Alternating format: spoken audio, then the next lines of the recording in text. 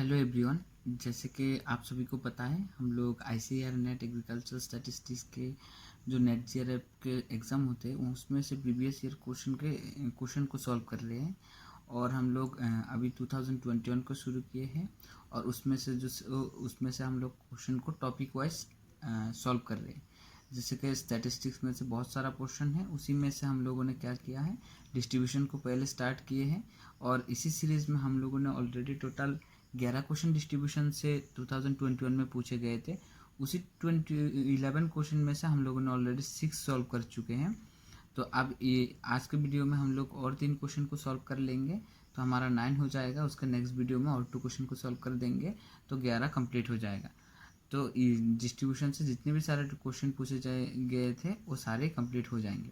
अब देखिए, ये टॉपिक वाइज जो है मैंने पहले सेपरेट कर दिया है, वो आप लोग इसके डिस्क्रिप्शन लिंक से पार्ट 1 जो वीडियो रहेगा उसमें से जाकर देख सकते हैं कि पहले हम लोगों ने टॉपिक वाइज डिवाइड किए हैं, उसके बाद according to that we are going to solve. Okay, अब 2021 में जितने भी सारे क्वेश्चन पूछे गए थे इसी टॉपिक से, आप बहुत अच्छे से इसको नोट डाउन कर लीजिए। और इसके रिलेटेड अगर आपको कुछ एक्स्ट्रा रिजल्ट चाहिए तो मैं साइड बाय साइड उसे लिखवा के दूंगा, अगर आप लोग कमेंट पे रिक्वेस्ट करते हैं तो। और अगर आपको किसी भी तरह का कोई डाउट है तो नीचे आपका टेलीग्राम चैनल भी दिया होगा, उसमें आप मुझे पर्सनली SMS कर सकते हैं और टेलीग्राम चैनल पे भी SMS कर सकते हैं। होपफुली सॉल्व हो जाएगा। अब देखिए, आज का क्वेश्चन नंबर जो है वो है क्वेश्चन नंबर 58, 64 एंड 65। तो पहला क्वेश्चन क्या पूछा गया है, आप देखिए। क्वेश्चन इतना बड़ा है, देख के आपको घबराने की ज़रूरत नहीं है क्योंकि क्वेश्चन बहुत ईजी है। अब देखिए क्वेश्चन पे क्या पूछा गया है।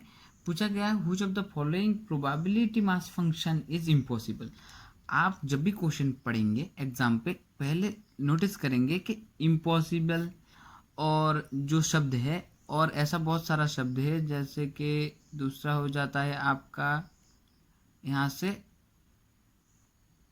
इम्पॉसिबल एंड दूसरा हो जाता है आपका नॉट। ये बहुत टाइम यूज़ किया जाता है जिसके वजह से कंफ्यूज हो जाएंगे आपको क्वेश्चन आता भी होगा लेकिन गलत करके चले आएंगे। तो इसलिए देखिए, इम्पॉसिबल को आप पहले से नोटिस करके रखिए और नॉट वाले पोर्शन को पहले से। अब इसी क्वेश्चन पे पूछा गया है a Poisson distribution with mean 16 standard deviation 4, a binomial distribution with mean 16 और स्टैंडर्ड डेविएशन 4, और again binomial distribution with mean 18 in variance 6 and Poisson distribution means 5 and variance 5। ऐसा करके 4 ऑप्शन दिए गए। तो आपको अच्छे से पता चल गया है कि ये 2 ही डिस्ट्रीब्यूशन से रिलेटेड है, एक पॉइसन दूसरा बाइनोमियल, और उसके बाद रिलेटेड है मीन और स्टैंडर्ड डेविएशन और वेरिएंस, यही शब्दों से। ठीक है, तो आप पहले 2 रिजल्ट देख लीजिए, उस 2 रिजल्ट के बेसिस पे आपका पूरा का पूरा क्वेश्चन ही सॉल्व हो जाएगा। ठीक है, तो आपका रिजल्ट जो है, अगर x आपके फॉलो करता है बाइनोमियल डिस्ट्रीब्यूशन, उसके तो 2 ही पैरामीटर है, एक है n और दूसरा है p, तब उसका expected value of x that is mean जो होता है वो आपका बन जाता है n into P, and variance of x जो है वो बन जाता है npq के बराबर। ठीक है, ये एक हो गया, ये बाइनोमियल डिस्ट्रीब्यूशन के लिए हो गया। अब दूसरा आपका आता है, अगर आपके y में x भी ले सकता हूँ, x फॉलो कर रहा है आपके पॉइसन लेम्डा को। ठीक है, ये पॉइसन x फॉलो कर रहा है पॉइसन डिस्ट्रीब्यूशन और उसका पैरामीटर है ये लेम्डा, तब आपके एक्सपेक्टेड वैल्यू ऑफ x जो बन जाता है वो लेम्डा बन जाता है और उसके वेरिएंस भी आपके लेम्डा के बराबर बन जाता है। दैट इज आपके पॉइसन डिस्ट्रीब्यूशन का मीन और वेरिएंस जो है वो सेम है, और यहाँ पे बाइनोमियल डिस्ट्रीब्यूशन का ये रिलेशन है। अब आप गुप्ता कपूर के बुक में अगर आप पढ़े होंगे तो देखे होंगे कि expected value of x in case of binomial distribution is always greater than the variance of x। ठीक है, ये रिलेशन भी आपको याद करके रखना है। ठीक है, एक्चुअली इसी रिलेशन के बेसिस पे ही आपका ये क्वेश्चन बना है। अब देखिए, आपने 2 रिजल्ट याद कर लिए हैं तो आप अच्छे से कर पाएंगे। A Poisson distribution with mean 16 and standard deviation 4, और एक बात है, और जो वेरिएंस है हमारा वो क्या है, वो स्टैंडर्ड डेविएशन के स्क्वायर करने से भी आपको मिल जाएगा। ठीक है, और ऐसे लिखते हैं standard deviation is nothing but the square root of variance. Actually standard deviation है जो वो वेरिएंस ऑफ एक्स को रूटेबल लेके कर रहे हैं। तो हम स्टैंडर्ड डेविएशन दिया गया होगा तो वेरिएंस कैसे निकालेंगे, स्टैंडर्ड डेविएशन का स्क्वायर करके। अब पहला ऑप्शन जो दिया गया था binomial portion distribution with mean 16 and standard deviation 4, तो हम पहले ऑप्शन के लिए देखेंगे कि पहला ऑप्शन के लिए हमारा क्या बन रहा होगा कि दिया गया है एक्सपेक्टेड वैल्यू ऑफ एक्स जो है, अगर एक्स पोर्शन को फॉलो कर रहा है वो दिया गया है 16 एंड वेरिएंस ऑफ एक्स क्या होगा, क्योंकि यहाँ पे स्टैंडर्ड डेविएशन दिया गया था तो इसका स्क्वायर, तो 4 का square that is nothing but 16। तो हमारा क्या आ गया कि mean 16 and variance 16 in case of portion, okay POISS in portion distribution. तो ये तो हमारा ट्रू है क्योंकि हमने अभी अभी पढ़ा है मीन और वेरिएंस ट्रू है। अब है कि ये स्टेटमेंट ट्रू है तो ये हमारा ऑप्शन नहीं हो सकता क्योंकि इम्पॉसिबल पूछा गया था, ठीक है, इम्पॉसिबल पूछा गया था, तो हमारा पहला नंबर ऑप्शन तो नहीं होगा, ठीक है। अब फोर्थ ऑप्शन को देखिए, उसमें भी आपका पोर्शन ही दिया गया है, ठीक है। तो हम फोर्थ ऑप्शन को कर लेते हैं। देखिए फोर्थ ऑप्शन में डायरेक्ट दिया गया है कि mean 5 and variance 5 in case of portion, मतलब इक्वल है, तो आपका ये भी स्टेटमेंट ट्रू हो जाता है क्योंकि ये स्टेटमेंट ट्रू है, हमें इम्पॉसिबल पूछा गया था, सो हमारा ऑप्शन 4 भी नहीं हो सकता, ठीक है। अब दूसरा देखिए, यहाँ पे जो सेकंड और थर्ड ऑप्शन है ये बाइनोमियल के ऊपर बेस्ड है। अब दिया गया है binomial distribution with mean 16 and standard deviation 4, तो अगर हम इसका वेरिएंस लेंगे तो स्टैंडर्ड डेविएशन 4 है तो वेरिएंस क्या होगा, वेरिएंस ऑफ एक्स लेंगे तो वो हमारे 16 के बराबर बन जाएगा। अब देखिए मीन बन रहा है 16, वेरिएंस बन रहा है 16 बाइनोमियल के केस पे, क्यों मीन हो रहा है क्या, ये भी 16 हो रहा है और ये भी 16 हो रहा है, लेकिन हमें पूछा गया था, देखिए ऑप्शन नंबर 2 है कि हमारा ये होना ज़रूरी है कि expected value of x greater than variance of x in case of binomial होना ज़रूरी है, लेकिन यहाँ पे जो है ये जो ऑप्शन दिया गया है उसमें दिया गया है कि दोनों ही 16, मतलब एक्सपेक्टेड वैल्यू ऑफ एक्स भी 16 है, वेरिएंस ऑफ एक्स भी 16 है, तो 16 तो 16 से बड़ा नहीं है, ये तो इक्वल है, तो इसीलिए हमारा ऑप्शन 2 हो जाएगा हमारा क्या, ये ऑप्शन 2 हो जाएगा हमारा फॉल्स, मतलब ये हमारा करेक्ट ऑप्शन है, ओके ऑप्शन 2। और उसके बाद देखिए मीन दिया गया है 18, वेरिएंस दिया गया है 6, और क्योंकि मीन हमारा वेरिएंस से बड़ा है तो ये वाला स्टेटमेंट भी हमारा ट्रू हो जाएगा, तो ये हमारे राइट ऑप्शन तो नहीं बनेंगे क्योंकि इम्पॉसिबल पूछा गया था। आई होप आपको समझ में आ गए होंगे ये वाला क्वेश्चन, ठीक है। तो हम नेक्स्ट क्वेश्चन की ओर बढ़ते हैं, ठीक है। अब देखिए रिजल्ट जो दिया गया है, मैंने जो रिजल्ट लिखवाए हैं ये बहुत इंपॉर्टेंट है आपके एग्जाम पॉइंट ऑफ व्यू से, जैसे कि मैं ऑलरेडी आपके ये वाला क्वेश्चन सॉल्व कर चुका हूँ, तो ये देने में थोड़ा टाइम लगेगा वीडियो बनाने में, जैसे कि 2020, 19 एंड 18 को ऑलरेडी सॉल्व कर चुका हूँ मैं, तो इसी वाले में से मैंने नोटिस किया है कि बाइनोमियल पोर्शन नॉर्मल तो आपका डेफिनेटली पूछेंगे ही पूछेंगे, ठीक है। तो अब देखिए ये जो है हम लोग और एक क्वेश्चन को कर रहे हैं, ये है क्वेश्चन नंबर 64, ठीक है। तो क्वेश्चन नंबर 64 हमारा क्या कहता है कि क्वेश्चन नंबर 64 कहता है a binomial distribution with probability of success is P will be symmetric, आपके सिमेट्रिक पूछा गया है, आपको पता ही होंगे सिमेट्रिक का ग्राफ कैसा बनता है, तो मैं उस पर नहीं जाता हूँ। अगर एक्स फॉलो करता है binomial with n p parameter तो आपका ये सिमेट्रिक होगा, ठीक है। क्या डिस्ट्रीब्यूशन विल बी सिमेट्रिक, मैं डिस्ट्रीब्यूशन लिख रहा हूँ, डिस्ट्रीब्यूशन DIS, ये जो है DIST to the power n, ये डिस्ट्रीब्यूशन है, मैं ऐसे यूज़ करता हूँ, आप लोग देख लीजिए, ये जो डिस्ट्रीब्यूशन है वो सिमेट्रिक होगा कब, जब आपका P इक्वल टू Q होगा, ठीक है। बाइनोमियल डिस्ट्रीब्यूशन में जब आपका P का वैल्यू Q का वैल्यू सेम होगा तभी आपका ये सिमेट्रिक होगा। ये कब होगा, क्योंकि आपको पता है P plus Q equals to 1, तो जब आपका P कब इक्वल टू Q होगा, जब आपका P का वैल्यू या Q का value P equals to 0.5 that is 1/2 2 होगा तभी आपका ये सिमेट्रिक होगा। अब पॉजिटिवली स्क्यूड कब होगा? पॉजिटिवली स्क्यूड होगा कब? जब p ग्रेटर देन 1/2। और ये नेगेटिवली स्क्यूड कब होगा? SKEWED स्क्यूड होगा वो जब आपका p का वैल्यू लेस देन 1/2 होगा। ये रिजल्ट है, आप याद करके रख सकते हैं। और इसी रिजल्ट के बेसिस पे ये वाला क्वेश्चन दिया गया। तो आपका ये सिमेट्रिक कब हो रहा है? जब आपका p का वैल्यू 1/2 के बराबर बन रहा है। That is our option number 4 is correct. कितना इजी सा क्वेश्चन है देखिए। अब हम लोग नेक्स्ट क्वेश्चन पे चलते हैं। देखिए ये वाला हमारा नेक्स्ट क्वेश्चन है, ये है क्वेश्चन नंबर 65। अब ये भी आपका बाइनोमियल से ही अगेन पूछा गया है, ठीक है। देखिए if x follows the binomial with parameter 10 and 1/2 दिया गया है, देन इसका वैल्यू पूछा गया है। Expected value of x-5 whole square. देखिए आपका नॉर्मली होता है x फॉलोज बाइनोमियल, उसका पैरामीटर क्या होता है? n और p। अब देखिए यहाँ पे आपका पैरामीटर दिया गया है 10 और 1/2। दैट इज आपका n का वैल्यू है 10 और p का वैल्यू दिया गया है 1/2। ओके, अब इसी में से हम लोग क्या कर रहे हैं कि अब हम expected value of x and variance of x निकाल रहे हैं।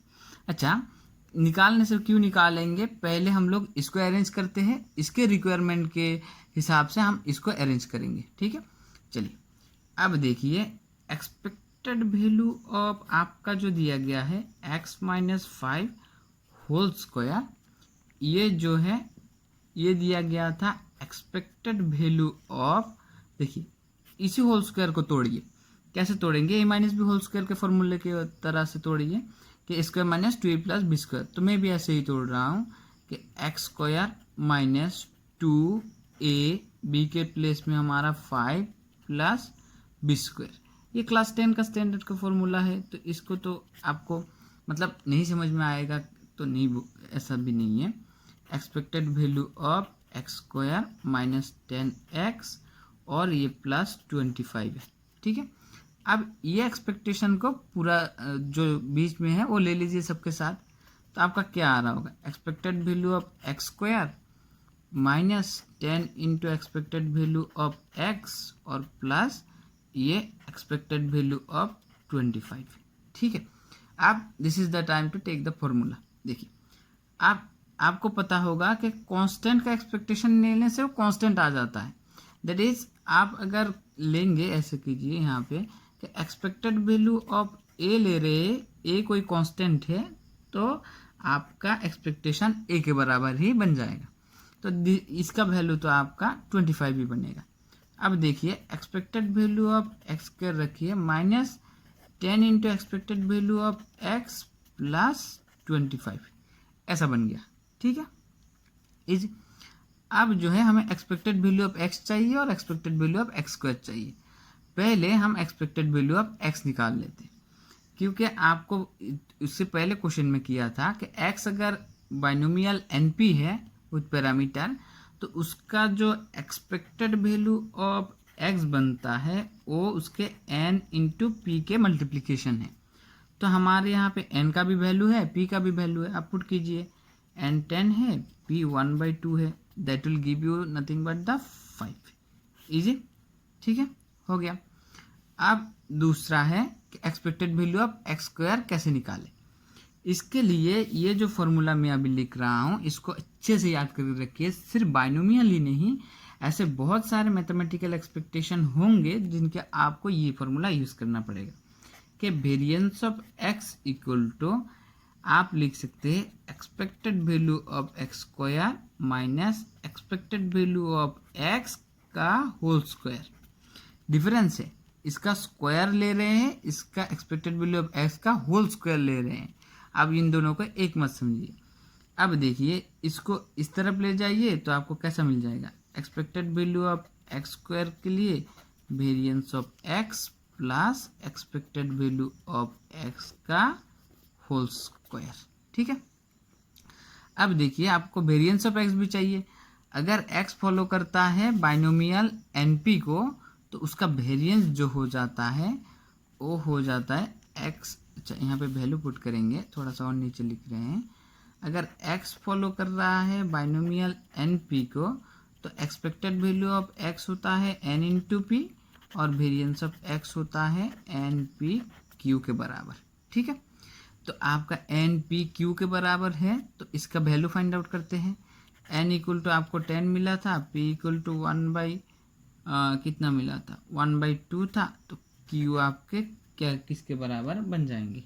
ठीक है, तो क्यू आपके बन जाएंगे 1 - 1/2 के बराबर। क्यू के आपको पता है 1 - 1/2 के p plus q equal to 1। ठीक है, तो अब देखिए यहाँ से क्या बन रहा है, 1/2 जा रहा है, तो ये भी 1/2 ही आएंगे। एलसीएम करके देख लीजिए। अब ये हो रहा है एन पी क्यू। एन का वैल्यू आपका 10, पी का वैल्यू 1/2, क्यू का वैल्यू भी 1/2। कैंसिल आउट करेंगे तो हमें क्या मिल रहा है, 10 को देखिए 5 और ये बन रहा होगा 5/2।